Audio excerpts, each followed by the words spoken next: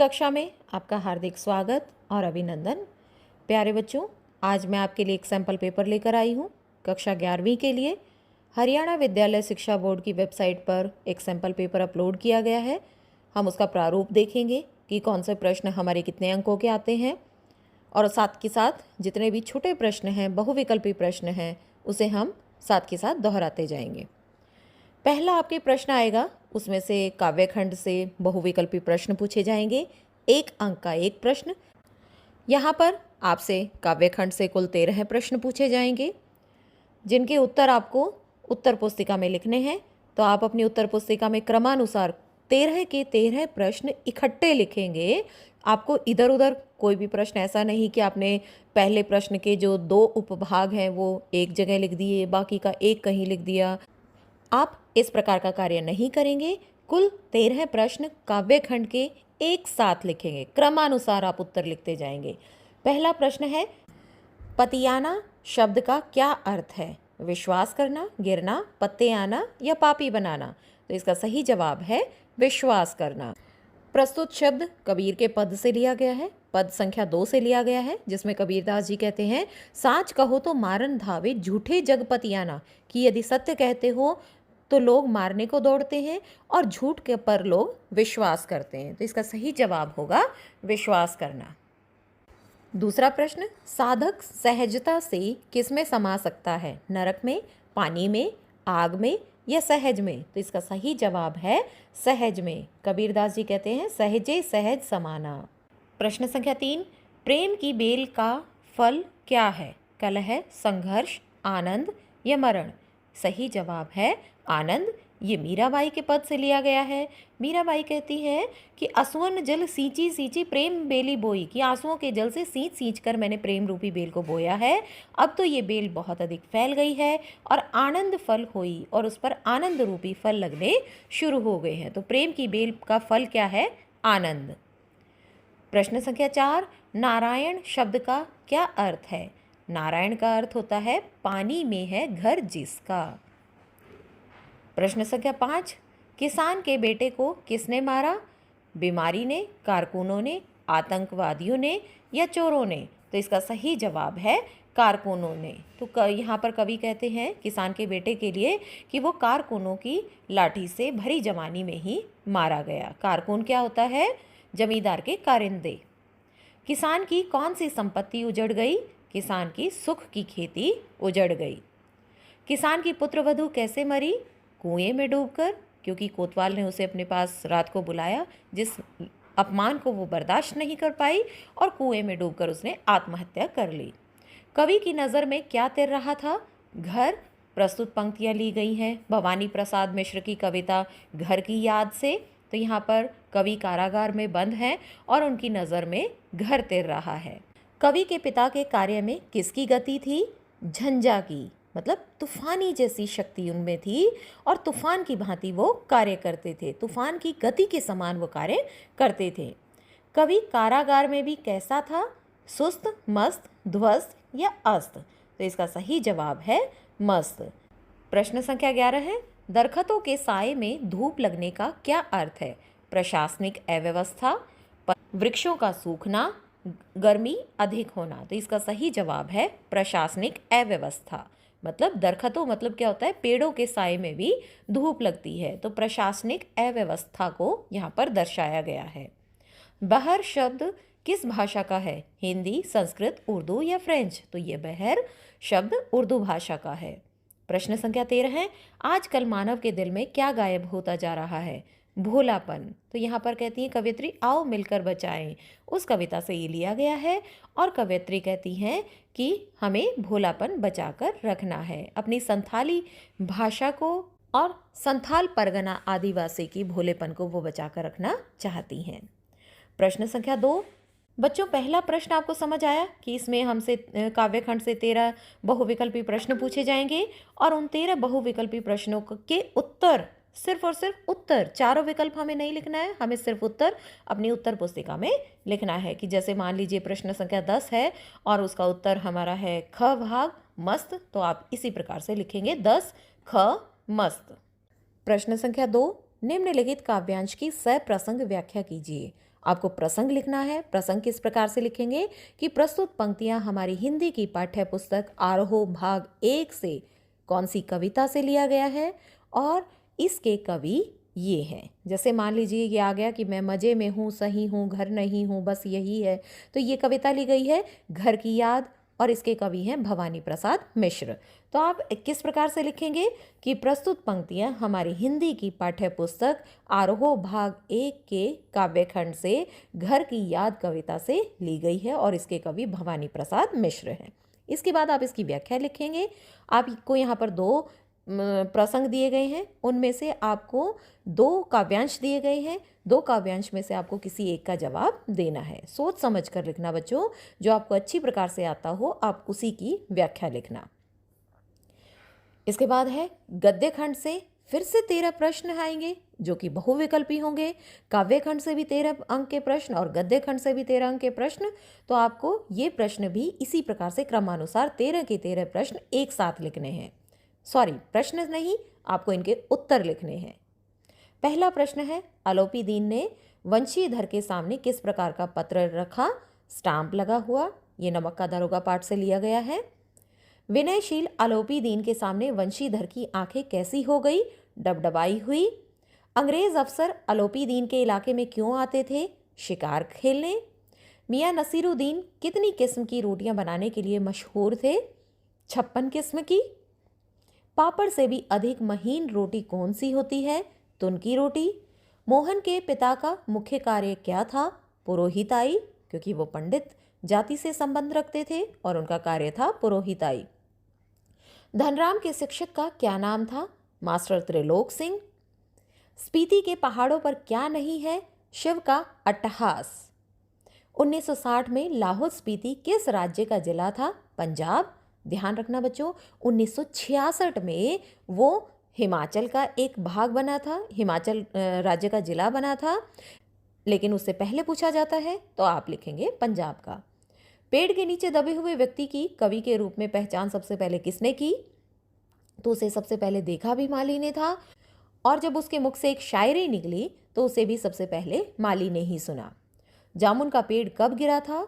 रात में, जब एक जोरों की आंधी आई थी, उस आंधी में वो पेड़ गिर गया था। स्वराज्य से किसे लाभ संभव था? सभी को। प्रस्तुत पंक्तियां ली गई हैं भारत माता पाठ से, जिसे कि जवाहरलाल नेहरू जी ने लिखा है। तो सभी के लिए स्वराज्य जो सभी के लिए होता तो वो सभी के लिए लाभ के लिए था। प्रश्न संख्या 13 है, आर्थिक मंदी कब पैदा हुई? 1930 के बाद। ये पंक्ति भी भारत माता पाठ से ली गई है। प्रश्न संख्या 4 बहुत आसान है बेटा, और इस प्रश्न को कोई भी बच्चा छोड़कर नहीं आएगा। क्यों आसान है? क्योंकि इसमें हमें जो चीज़ें दी हुई हैं वो हमें ये पता होना चाहिए कि कौन से पाठ से ली गई है और उसके लेखक कौन है। बाकी की तो हमें इन्हीं पंक्तियों को ज्यों का त्यों ही लिखना है, मतलब थोड़ा बहुत बदल कर अपने शब्दों में, इन पंक्तियों को अपने शब्दों में बदल कर लिखना है। जैसे मान लीजिए पंक्तियां हैं कि सामान्य तौर से ब्राह्मण टोले का नाम आते ही किससे लिया गया है? ये गलता लोहा पाठ से। और गलता लोहा पाठ किसने लिखा है? शेखर जोशी जी ने। तो ये आप क्या लिखेंगे कि प्रसंग लिखना है कि प्रस्तुत पंक्तियां हमारी हिंदी की पाठ्य पुस्तक आरोह भाग 1 के गलता लोहा पाठ से ली गई है और इसके लेखक शेखर जोशी में है। तो इससे पहले का प्रसंग क्या है कि आप ये लिखेंगे कि सामान्य तौर से ब्राह्मण टोले के लोगों का शिल्पकार टोले में उठना बैठना नहीं होता था। किसी काम के सिलसिले में यदि शिल्पकार टोले में आना भी पड़ा तो खड़े खड़े बातचीत निपटा ली जाती थी। यहाँ पर मोहन जब झाड़ियाँ काटने के लिए अपने हंसुए को लेकर चलता है तो देखता है कि उसकी धार बहुत कम है, तो वो उसे धार लगवाने के लिए शिल्पकार के टोले की तरफ मुड़ जाता है। तो उसी संदर्भ में ये है। तो आप इसके बाद इसकी व्याख्या ज्यों की त्यों लिख देंगे, थोड़ा बहुत बदल कर शब्दों को। दोनों में से आपको कोई भी एक करना है। ये वाला प्रश्न किसी भी बच्चे को छोड़कर नहीं आना है क्योंकि ये स्कोरिंग प्रश्न है, आपको अंक ज़रूर मिलेंगे। इसके बाद प्रश्न संख्या 5, अभिव्यक्ति और माध्यम से 4 प्रश्न लिए गए हैं। बैठक के विचार के लिए जिन बिंदुओं को रखा जाता है उसे क्या कहते हैं? कार्यसूची, मतलब मिनट्स ऑफ मीटिंग। बैठक में लिए गए निर्णयों को सर्वसामान्य तक किस प्रकार पहुंचाया जाता है? प्रेस विज्ञप्ति द्वारा, प्रेस नोट के द्वारा। पत्रकारिता की साख बनाए रखने के लिए सबसे अधिक आवश्यक क्या है? तथ्यों की शुद्धता। मतलब जब हमारे पास सूचना ही सही नहीं होगी तो हमारे अखबार पर या हमारी मैगजीन पर या हमारे न्यूज़ चैनल पर कौन विश्वास करेगा? तो तथ्यों की शुद्धता सबसे आवश्यक है। डायरी को निम्न में से किस रूप में समझा जाता है? एक निजी वस्तु के रूप में। हम जब डायरी लेखन लिखते हैं तो डायरी जब हम लिखना शुरू करते हैं तो हम ये सोचकर नहीं लिखते कि किसी और को पढ़वाना है, ये कोई मुक्तक काव्य है या किसी और के लिए लेखन है। ऐसा हम बिल्कुल भी नहीं सोचते। ये हमारी एक नितांत निजी वस्तु है जिसे हम अपने लिए पढ़ते हैं, जिसे हम अपने लिए लिखते हैं। प्रश्न संख्या 6 व्याकरण से संबंधित। व्याकरण में बच्चों आपके हैं समास, संधि और वाक्य शोधन। इन तीनों में बिंदुओं में से ही आपसे 10 अंक के प्रश्न पूछे जाएंगे और वो भी बहुविकल्पी प्रश्न। प्यारे बच्चों, कोरोना काल में आपके पाठ्यक्रम को घटा भी दिया गया है और इसके साथ साथ आपके पाठ्यक्रम को आसान भी बना दिया गया है। आप यहाँ पर देखिए 40 अंक के तो हमारे बहुविकल्पी प्रश्न हैं, तो हमें अपनी अच्छे से तैयारी करनी है। हमें सारे MCQs की वीडियोस देखनी है, उसे मैं डिस्क्रिप्शन बॉक्स में डाल दूंगी, वहाँ पर आप एक बार दोबारा से चेक कर सकते हैं। और सभी महत्वपूर्ण प्रश्नों की मैंने एक अलग से वीडियो भी बनाई है जिसे आप यहाँ से देख सकते हैं। यहाँ पर देखिए व्याकरण से संबंधित प्रश्न हैं, 10 अंक के हैं, वो भी बहुविकल्पी प्रश्न। हथघड़ी समस्त पद का उचित विग्रह क्या होगा? हाथ के लिए घड़ी। निकम्मा शब्द में कौन सा समास है? यहाँ पर न तत्पुरुष है जिसमें जो काम का न हो। विद्यारत्न में कौन सा समास है? यहाँ पर आपको 4 ऑप्शन दिए गए हैं। कर्मधारय है कि विद्या रूपी रत्न, तो विद्या को रत्न के रूप में लिया गया है। यहाँ पर उसकी विशेषता बताई गई है कि विद्या कैसी है, रत्न के रूप में है। केशव अर्जुन के लिए किस समास भेद से जुड़ा हुआ है? केशव और अर्जुन, जिसमें दोनों पद प्रधान हो और वहाँ पर द्वंद्व समास होता है। मनोज समस्त पद का सही विग्रह क्या होगा? मन से जन्म लेने वाला, अर्थात मन से जन्मा। कौन? कामदेव, तो सही विकल्प होगा ग विकल्प। प्रश्न संख्या 6 शिरोमणि शब्द में कौन सी संधि है? सही जवाब है विसर्ग संधि। प्रश्न संख्या 7 जगन मंडल शब्द का संधि विच्छेद क्या होगा? जगत जमा में मंडल। ग विकल्प ठीक है क्योंकि त को हलंत आएगा। और यहाँ पर नियम क्या कहता है कि जब किसी भी वर्ग का प्रथम वर्ण आता है तो वो उसके पंचम वर्ण में परिवर्तित हो जाता है। तो त, थ, द, ध, न, तो यहाँ पर आप देखिए शब्द में ऊपर देखिए जगन मंडल है तो इसका विच्छेद होगा जगत जमा में मंडल। अन्य शब्द में कौन सी संधि है?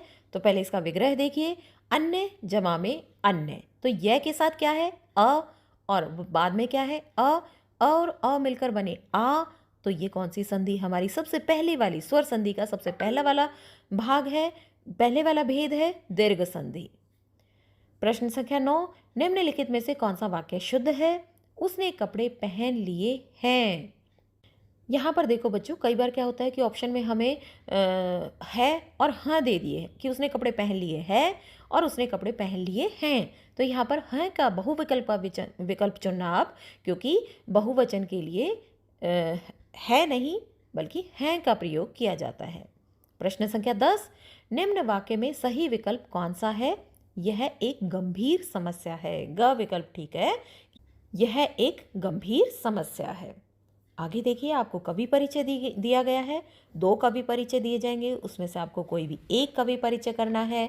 कबीर, मीरा, राम नरेश त्रिपाठी जो है पाठ्यक्रम से कट चुका है, सुमित्रा नंदन पंत, भवानी प्रसाद मिश्र, फिर उसके बाद त्रिलोचन भी नहीं है, दुष्यंत कुमार, अक महादेवी का कट चुका है, अवतार सिंह पाश और निर्मला पुतुल। अवतार सिंह पाश का भी कट चुका है और निर्मला पुतुल। तो हमारे पास कुल कितने कवि हुए? कबीर, मीरा, सुमित्रा नंदन पंत, भवानी प्रसाद मिश्र, दुष्यंत कुमार और उसके बाद है निर्मला पुतुल। तो हमारे पास कुल 6 कवि हुए हैं। इसमें से आप कोई भी 5 कर लीजिए क्योंकि ऑप्शन में ज़रूर आएगा।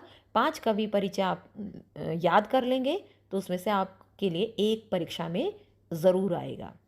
प्रश्न संख्या 8 निर्भय भया कबीर दीवाना पंक्ति का भाव स्पष्ट कीजिए। इसमें आपको 2 अंक का दिया गया है, 2 अंक के अनुसार आपको इसका उत्तर देना है।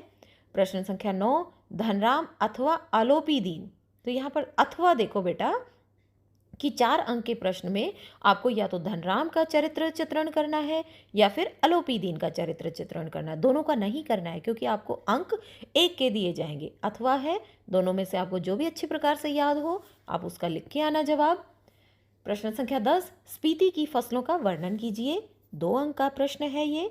तो हमारे पास इसमें काव्य खंड से एक 2 अंक का है, गद्य खंड से 4 अंक का है और एक 2 अंक का गद्य खंड से है। तो यहाँ पर कुल 6 अंक के हो गए कि एक में कवि परिचय ले लिया और एक 2 अंक का प्रश्न ले लिया।